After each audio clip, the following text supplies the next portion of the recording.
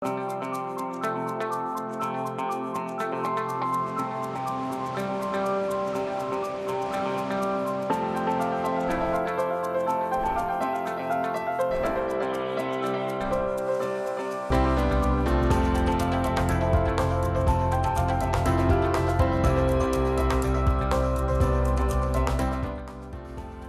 afternoon. Thanks for joining us across the fence. I'm Fran Stoddard.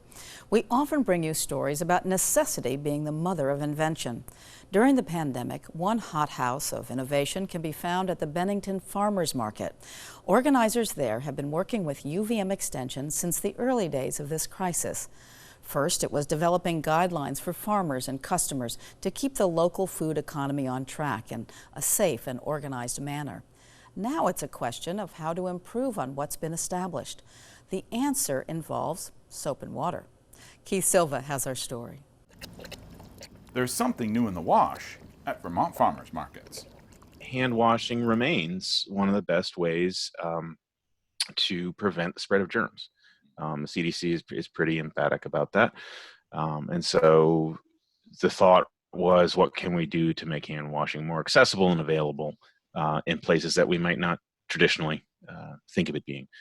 When this question came in, we started looking around at what are the options, and that's everything from existing do-it-yourself models and plans and examples to commercially available, integrated, prefabricated, assembled units. On the one hand, you have a do-it-yourself approach, which is relatively inexpensive, and on the other end, you have commercially available products quite a bit more expensive. When we looked at that range, one of the things we were thinking about is, do they work well? And can we possibly improve on them? Walk us through what you and your colleague Andy Chamberlin in the UVM Extension Agricultural Engineering Program have come up with as a solution. We literally just went back to the drawing board. Andy and I sat down and spent a couple of hours just thinking through, here's the problem. We need a way to wash hands where we don't have a sink, running water, and plumbing. How do we bring the plumbing to the people? It's things like making sure we have a known clean water supply. And so that translated into having a 5-gallon tote of water that has a cap on it. You fill it from a potable source or a known clean source, and you bring that wherever you need it. It's hands-free operation of that water. So we put a spigot on that tote that's spring-loaded, and you can actually attach a cable to that and run it down to a foot pedal, instead of having to push that spigot down with your finger like a coffee urn. You can run it with your foot. So your hands are now free. They haven't touched the spigot, and they're free to focus on the business of washing your hands. It's having gray water collection, so that water, now we've washed our hands, it has soap in it. Where does it go? We don't want it on the ground. We don't want it at your feet. So we collect that in a second 5-gallon tote. The water goes into a basin that drains to this tote. That water's collected. You can cap it up and dispose of it properly off-site. Hands-free dispensing of soap, hands-free dispensing of paper towels. Again, a lot of the focus was, how do we make this so that we don't have lots of different people touching surfaces that we're counting on being clean?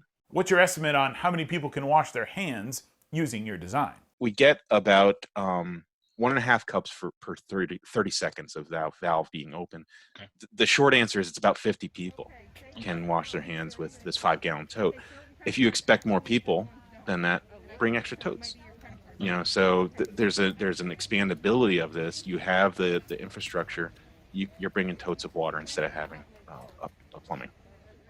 The cost of a commercial portable hand washing station ranges from $400 to $2,000. What Callahan and Chamberlin have built costs less than $175. The do-it-yourself ethic they brought to this project has wider implications than cost. As with many things during the pandemic, the availability of goods has been limited, and so trying to find some of these things can really be challenging. So, again, trying to help improve resilience of local communities. If it's something you can build or assemble from other very accessible parts, then the chances of it actually happening improve, and that's what we're after. We want to make sure that whoever needs something like this can make it happen. The hand washing station that Callahan has set up at the Bennington Farmers Market is for vendors. Here at the Jericho Farmers Market, it's also being used by customers. Andy Chamberlin explains how it works. Everything is hands-free, no touch, including the water with the foot pedal, hands-free soap dispenser, the paper towels where the only thing you touch is the towel itself, and the wastebasket is also hands-free. It's all off-the-shelf items, so it's very easy to do, no craftsmanship required. The only thing you have to do is drill a couple holes. So I drilled a hole in the spigot here where a spring clip connects to a piece of cable down to the foot pedal. So then you can just step on the foot pedal, and then the water goes into this, is actually an oil drain pan with a fitting in it. So the tubing goes from the oil drain pan down into the collection bucket. So the gray water gets collected and is not just dribbling all over your feet. As with any design, Callahan sees room for improvement, and he looks forward to learning from others in the DIY community and from other farmers markets around the region how to improve on what he's developed. You know, if it's not this specific part, what is the function that that part is providing that somebody might be able to find something else for? In fact, we ran into this in our own prototype building. I used a bus tote for the basin, a restaurant busing tote for the basin. Andy went to drill a hole in his and it cracked. And so he had to find something else readily available. He went to the hardware store, oil drain pan, boom. The next step is to capture some of those lessons learned, write them up. We're trying to be pretty quick with this and, not let perfect be the enemy of good enough. But capture that in a document that we can then just provide as an open source guide for people to really take and run with. And that's the important thing about it's not just these specific designs. We're not suggesting these are the only two designs people should build. These are two examples of designs that demonstrate or embody the design features we've come up with. Take a look at the design features, make it your own. Right. And improve on it. And that's the open source community in a nutshell. Here's what I did.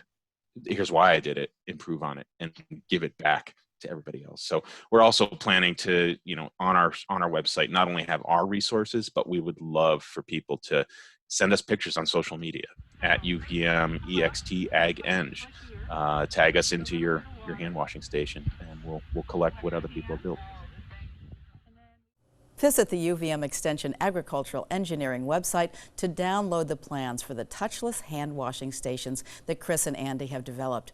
You can also go to their Facebook page for more photos and other projects they're working on by searching UVM Extension Agricultural Engineering. A different extension team is making things safer for community gardeners. With people at home and concerned about COVID-19, there's a renewed interest in gardening. With that increased interest comes safety concerns. Extension's Master Gardener Coordinator and its food safety expert have joined together to provide some community gardening tips. One of the first things to think about would be when you're arriving at the community garden to look for any new signage that might be in the garden. The community garden might have posted some new rules or guidelines related to health and safety.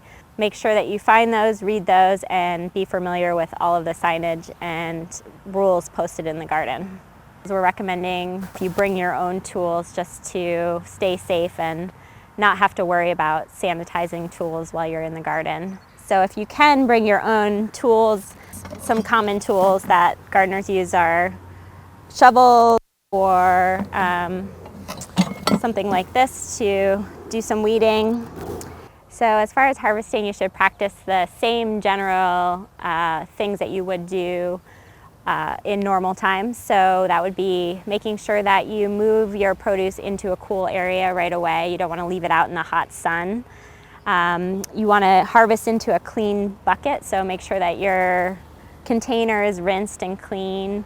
Certain produce you just want to rinse with cool water, but anything that you wouldn't normally wash, like potatoes or onions, for example, you would just want to use a soft brush like this one to get the dirt off.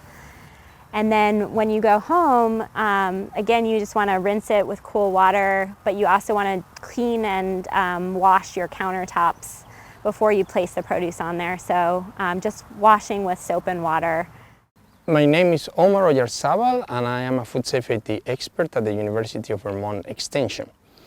We're going to review here some practical exercises on how you can maintain physical distancing when you're working in a garden. So for instance, if I'm working in this area of the garden and I would like to interact a little bit with Beret, I can use tools that I probably have. The first tool, this one, is a little bit taller. It's very much close to 6 feet. So if I actually leave a feet from that tool and I let it drop, that's gonna be a comfortable distance for me, and we are ensuring that at least we have the 6 feet. It's important to remember that when you're working in the garden, you are gonna be in close proximity with soil. So it's always advisable to have some Band-Aids that you can bring. So the best is to make sure that you clean that wound and then you put a Band-Aid. Remember, a Band-Aid without gloves will not help you and protect you too much. After that, you can just go ahead and wear your glove. When you remove these gloves, at the end of the day, it's also advisable to remove them slowly and clean up again the area when you go at home or before you leave the garden if there is water and soap available. There are several tools or pieces of things that you may want to use that are in the community garden. Like for instance, it's very common to find hoses that are already placed there. Most of the things are gonna be picked up by our hands. So one barrier to remember is wear gloves. What happens if you don't have gloves? One thing that you can bring is a detergent that you can have at home, or maybe just rubbing alcohol that you can use with a little cloth, and then you go ahead and work out cleaning up that handle. The third barrier is washing hands. In most of the gardens, you do have a little bit of water available with soap, something to clean up at least your hands if you feel uncomfortable while touching some of these tools. So these are some basic tips for staying safe in a community garden. If you'd like to get more information, you can go to the UVM Extension Master Gardener webpage.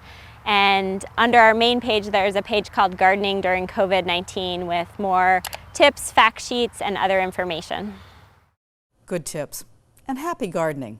That's our program for today. Once again, thank you for joining us across the fence. I'm Fran Stoddard. Stay well.